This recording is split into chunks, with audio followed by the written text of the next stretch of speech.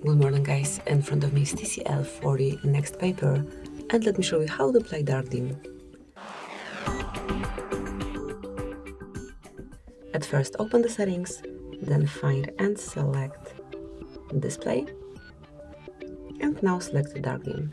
And here you can smoothly turn it on by using the stop indicator. As you can see, right after you click, it is applied, or you can schedule it. Just click on automate schedule, and now just pick the period of time, the hours between which it should be active.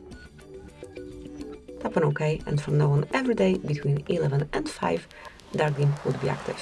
Obviously you can switch off automatic schedule the same way. Thank you for watching, please subscribe our channel and leave the thumbs up.